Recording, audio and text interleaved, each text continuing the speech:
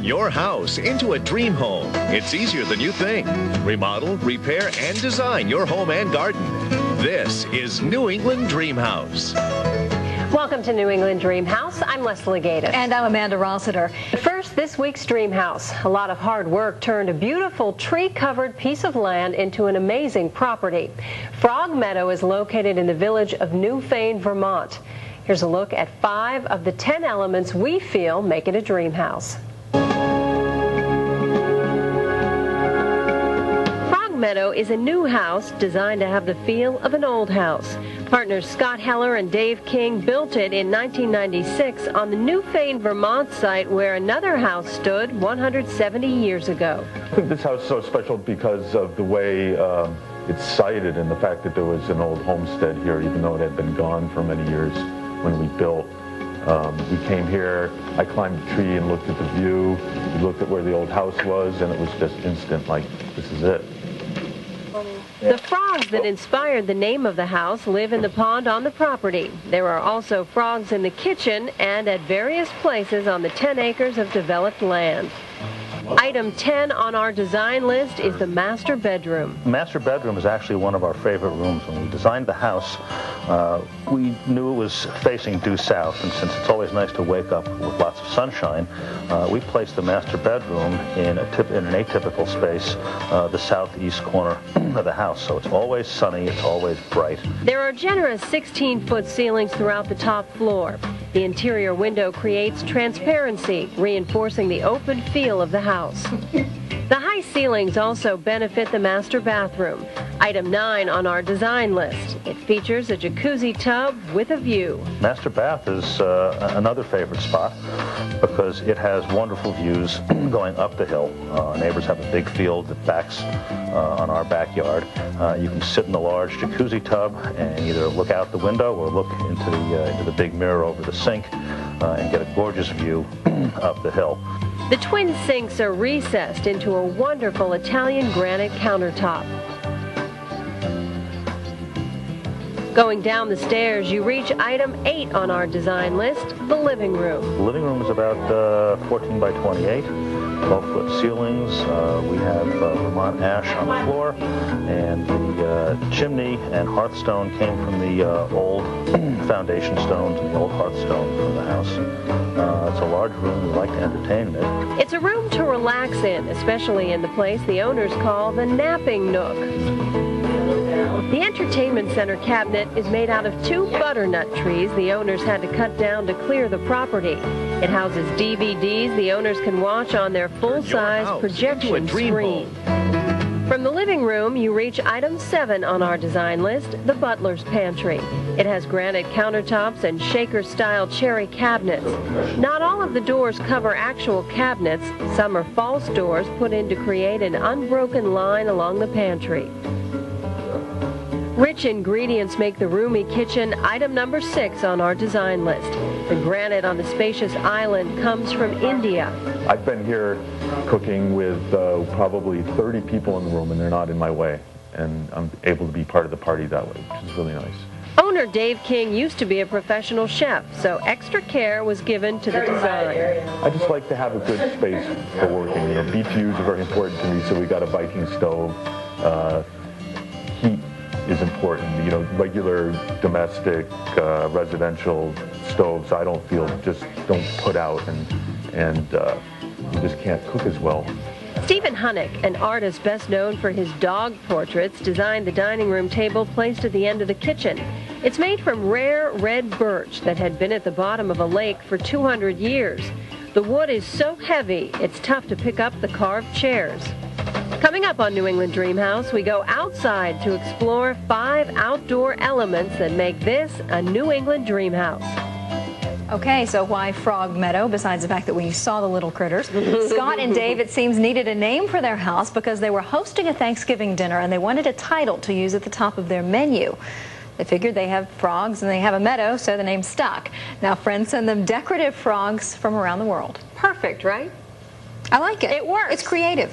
That's right. The new house has the same footprint as the house that existed on the property 170 years ago. And that fireplace is designed to pull heat into the room instead of pull it out of the room, so the owners can cook in it, and there's an arm that can be used to put a pot of baked beans inside. Pretty neat. Very nice.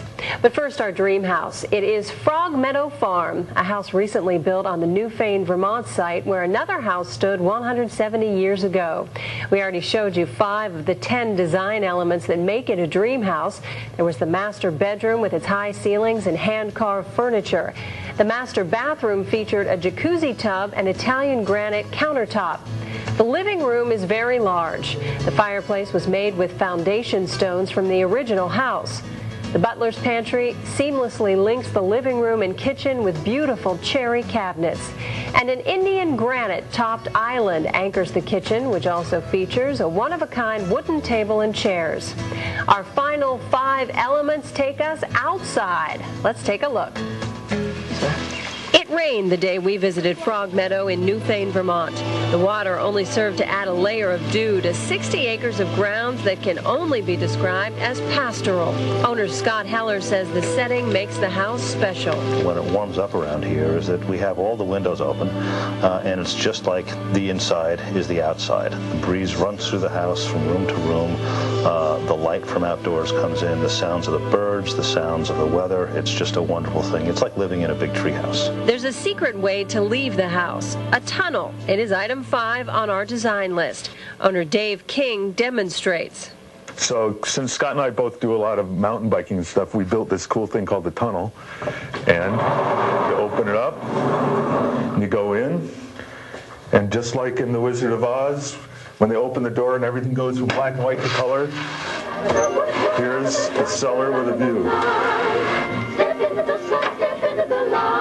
After mountain biking and skiing, there is a 650-gallon cedar freestanding hot tub, item number 4 on our design list. Electricity doesn't heat it, an aluminum wood stove does. The tub is a great place to relax, to have breakfast and coffee after a mountain bike ride.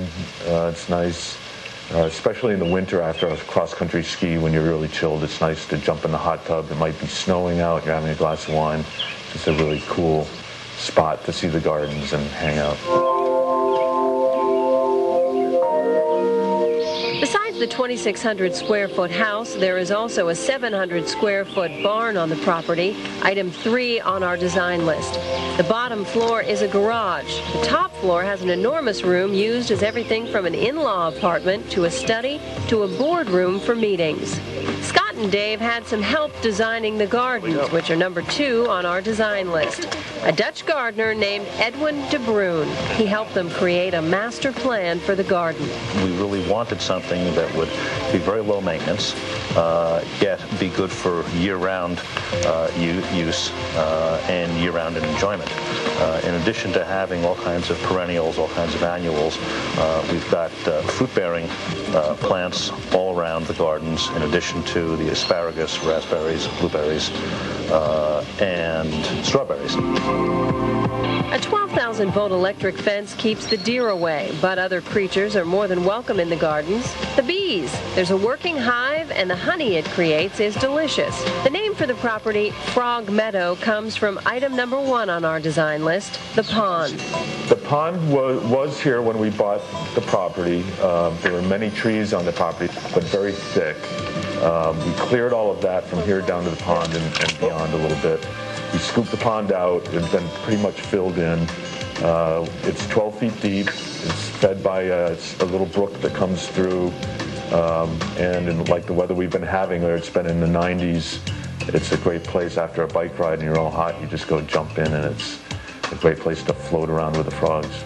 2 rocks were spaced apart so swimmers can use the pond as a lap pool.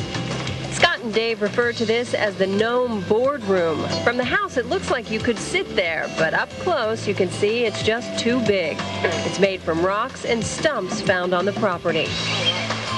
The raindrops can't dampen our enthusiasm for this New England dream house. so pretty. The barn was built from scratch. The floor was made from trees that had to be cleared at the site. And that garden includes asparagus, strawberries, raspberries, and blueberries. And the grounds also include a small apple orchard. Thanks for watching New England Dream House today. We hope we gave you some good ideas. I'm Leslie Gaines. And I'm Amanda Rossiter. Tune in next time for more tours and tips to help make your house a dream house.